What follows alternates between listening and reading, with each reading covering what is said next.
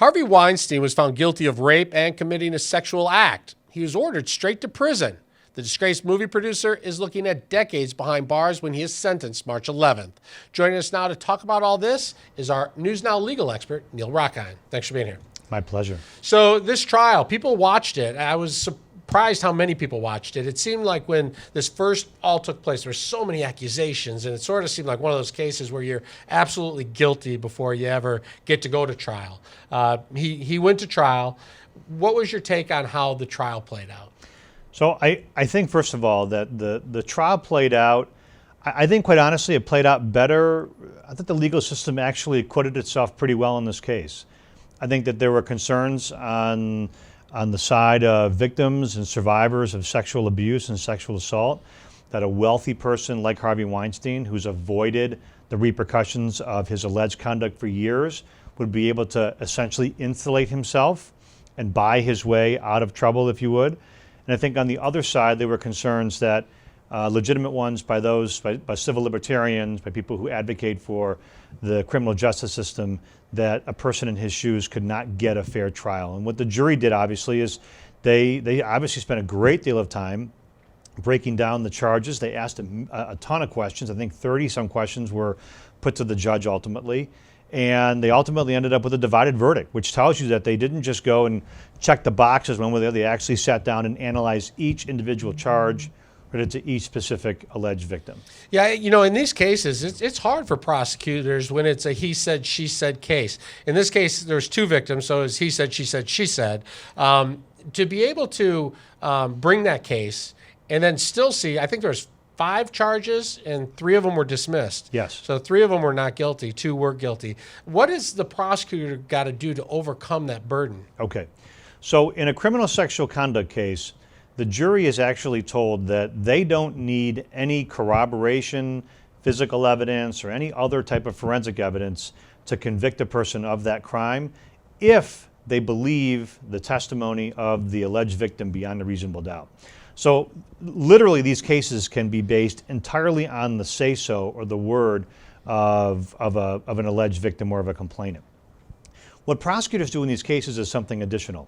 They not only put the women up there or the victims up there, or in a case in which there could be someone who's a male sexual assault victim, obviously, but they put the victim up there, but they also comb through the suspect's past, and they look for past acts of sexual assault. We've seen that in cases like Bill Cosby, for example. We saw that in other cases where we saw that in the case involving Michael Jackson, where they try to bring in other people who are alleged victims. And there's a way under the law that a prosecutor can do that. It's called other acts evidence.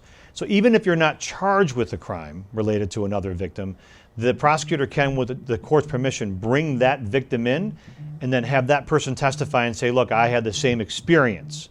And so you can trust what that person's saying because I'm saying it too. Harvey Weinstein said it was consensual. Do they look at the victim and see what they did after the assault? So I think so. I think this is an unusual case because there were two interesting, compelling arguments, right?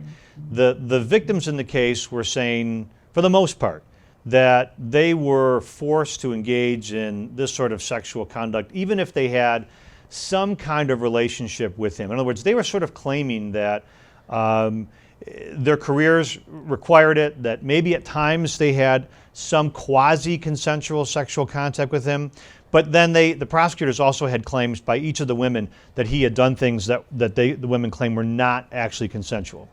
So what happened is the prosecutors tried to put on a case in which they focused on the alleged acts of sexual assault that were not consensual, and they also tried to put in evidence showing that Harvey Weinstein played such a huge role in the careers of these women that they were essentially, in a way, forced to either give in, forced to consent, or forced to continue with consensual communication afterwards.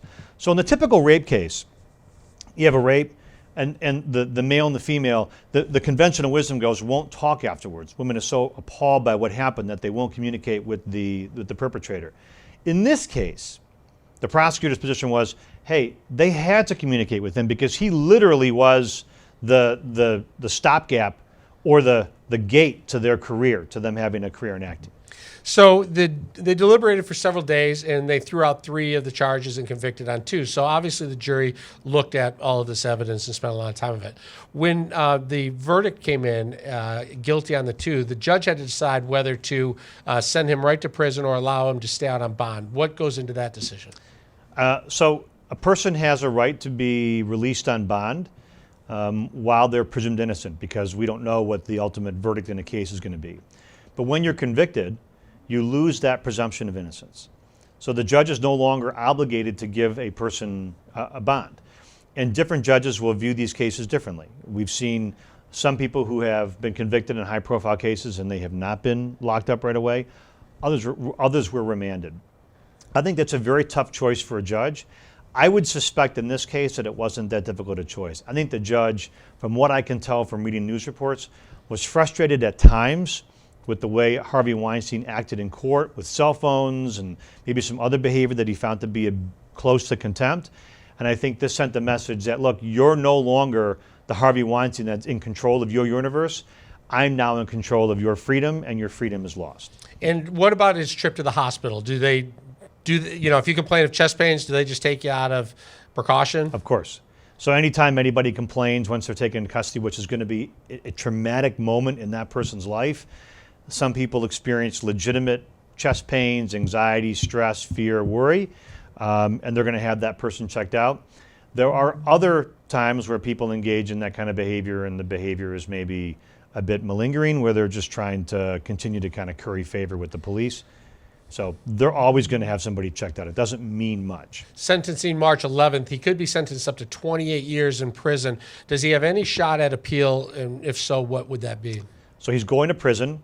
There's no ifs, ands, or buts about that. Harvey Weinstein will have a prison number come the date of his sentencing. The only question is for how long. Does he have grounds for appeal? Sure, he has grounds for appeal and have great lawyers and a ton of resources to be able to appeal. The question is, it's tough to get verdicts overturned on appeal. Appellate courts typically like to see finality. They like to see these cases be over. And I think it's going to be difficult, despite what the lawyers say. And I'm one of those lawyers. When a case is lost, one of the first things you do is walk out, talk to a guy like you with the microphone and say, what's next? And we say, we're going to appeal. And we mean it. But the fact is that appeals are uphill battles. The time to win the case is during the trial, not the appeal. All right. Thanks for being here. We appreciate it. My pleasure. We'll be right back with more news now after this.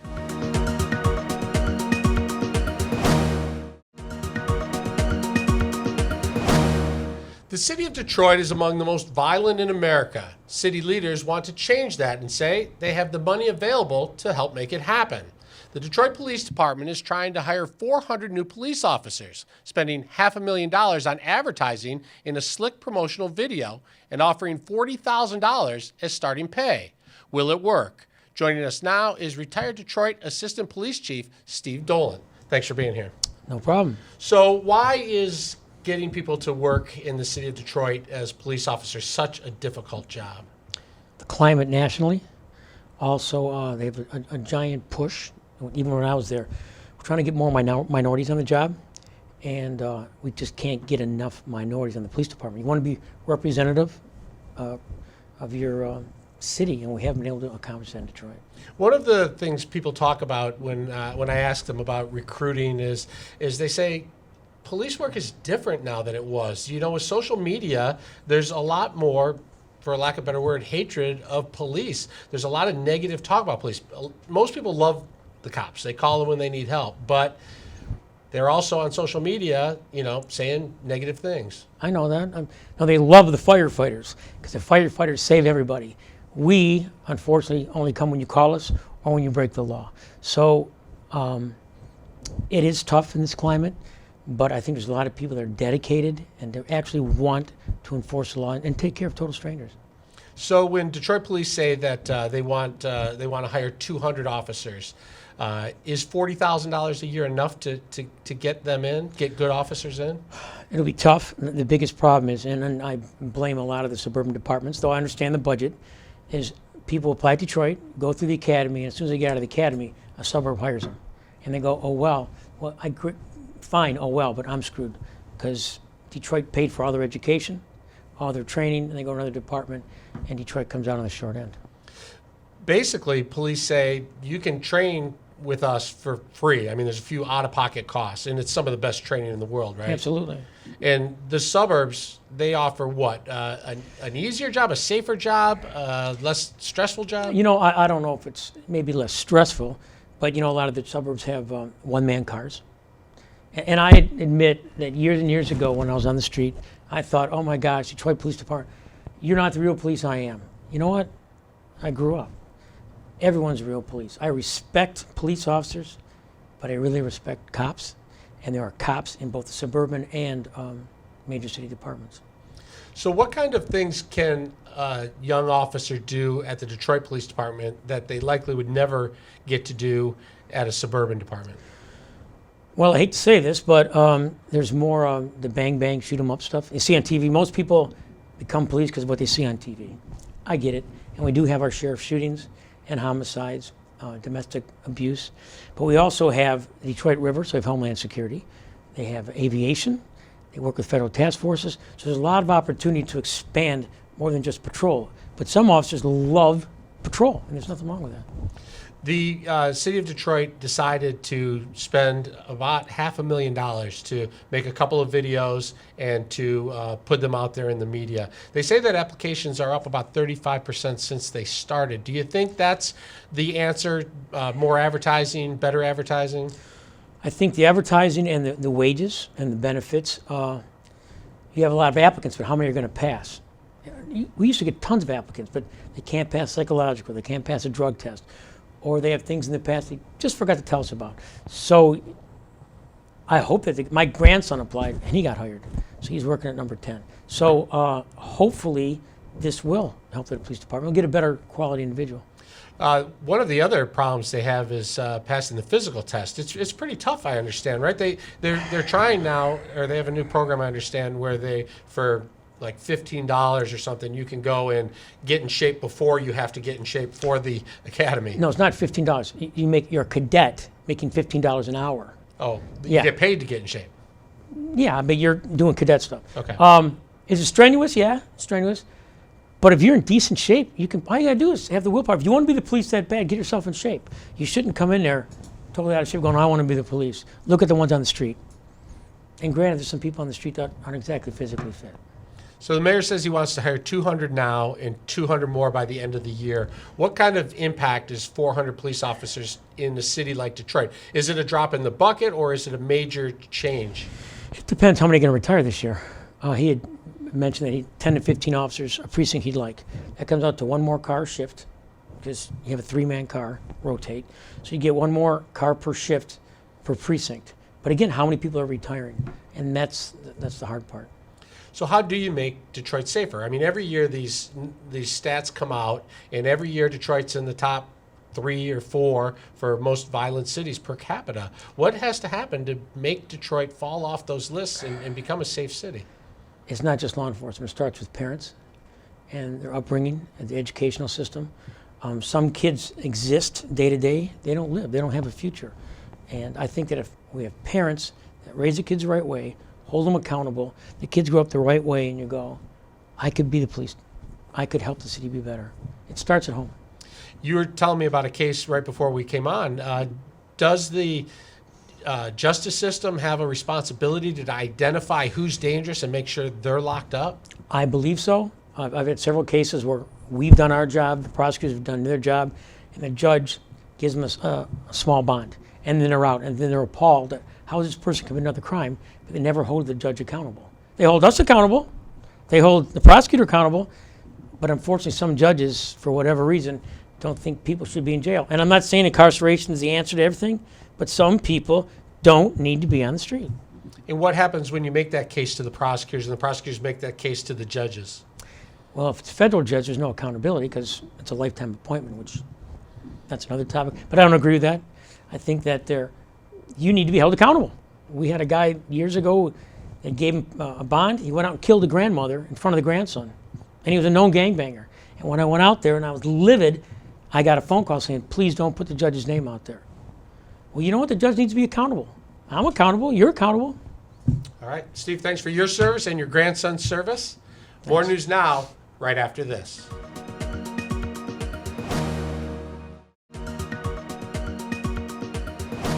Michael Bloomberg will be back on the debate stage to try and improve on his first performance. Can he get voters excited for his campaign in time for Super Tuesday and the Michigan primary? Joining us now is Sabrina Singh, who is with the Bloomberg campaign. Sabrina, thanks for joining us. Hey, thanks for having me on. All right, so last time we talked, it was right before the first debate. What happened? Well, I think that we can safely say that Mike definitely got better with time as the debate went on. I mean, look, and I think I said this last time on your show, Mike hadn't been on a debate stage since 2009. I mean, you're talking about someone that hasn't debated in over 10 years and no less with 5 other candidates on stage. So I think, tonight he's definitely been prepping and I think he knows that while last week was probably not his best performance, and he has said that himself, he did deliver a very memorable line of the night that, he said when talking to Bernie Sanders that, isn't this a great country where a democratic socialist can be a millionaire and own 3 homes? I would expect more of that Mike to come out tonight. So in the first debate, he really took a lot of punches. He kind of let everybody have at him. And then he answered the questions that everybody was looking for him to answer. Today, a new start tonight. Does he go on attack more, or is he better prepared for the questions that he knows are coming, or both? I think again, this is someone that had not been on the debate stage for, over 10 years. But we saw Mike get attacked. It wasn't even in the first minute. It was within the first 30 seconds. And so, and he also got attacked 45 times more than all the other candidates on stage. So I think we are certainly preparing and bracing him for the attacks. But look, at the end of the day, you're the candidate on stage getting attacked by everyone. That says something. That says that you are the candidate to really beat. I think, this is really coming down to a 3-person race. This is coming down between Mike, Bernie Sanders, and Donald Trump. And we need a candidate who can actually defeat Donald Trump in the fall. And so I really think Mike is our best option, our not only the best option, but the candidate that can do it, the candidate that can unite the party together. At the end of the day, Bernie Sanders has been going out there and giving a lot of talks and rallies and speeches, but you got to look at someone's record. You got to look at what they've done. And Mike's actually delivered for the people of New York when he was mayor, creating over 500,000 jobs here.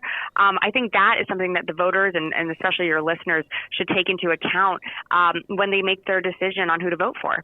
So does Michael Bloomberg spend more time tonight going after Donald Trump or after Bernie Sanders? I'm not going to give away any strategy here, and preview and give anything away. I think, your listeners and certainly you will have to tune in tonight, but I think it's important that we and the Democratic candidates up there on that stage remember who we are fighting against, and at the end of the day, who we have to be united against, and that's Donald Trump. You talked about this being a 3-person race. You did not mention Joe Biden's name. What makes you think Joe Biden is out of this thing? Well, I think I'm looking at the polling. I'm looking at the polls, and he might win South Carolina this weekend, but you have to look ahead to where he's polling in the Super Tuesday states, the delegate-rich states that are going to deliver candidates, put them on the track for the nomination.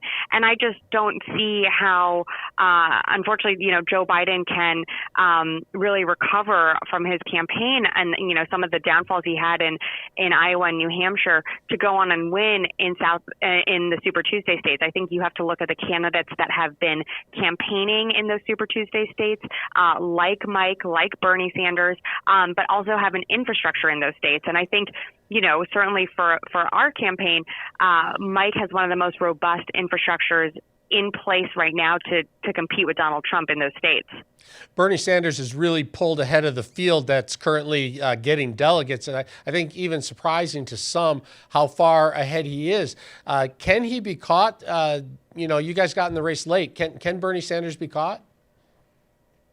I think anything is possible, and that's certainly why we believe we have a path to victory and clinching the nomination. It runs right through the Super Tuesday states and beyond.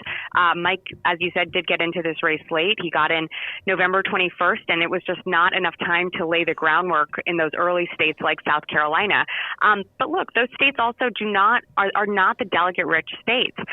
They, have a very small percentage and small amount of delegates that are actually up for grabs. So when it came time to assessing the strategy, I think, there's certainly a path and an opportunity for Mike to catch up to Bernie in delegates and even, surpass him.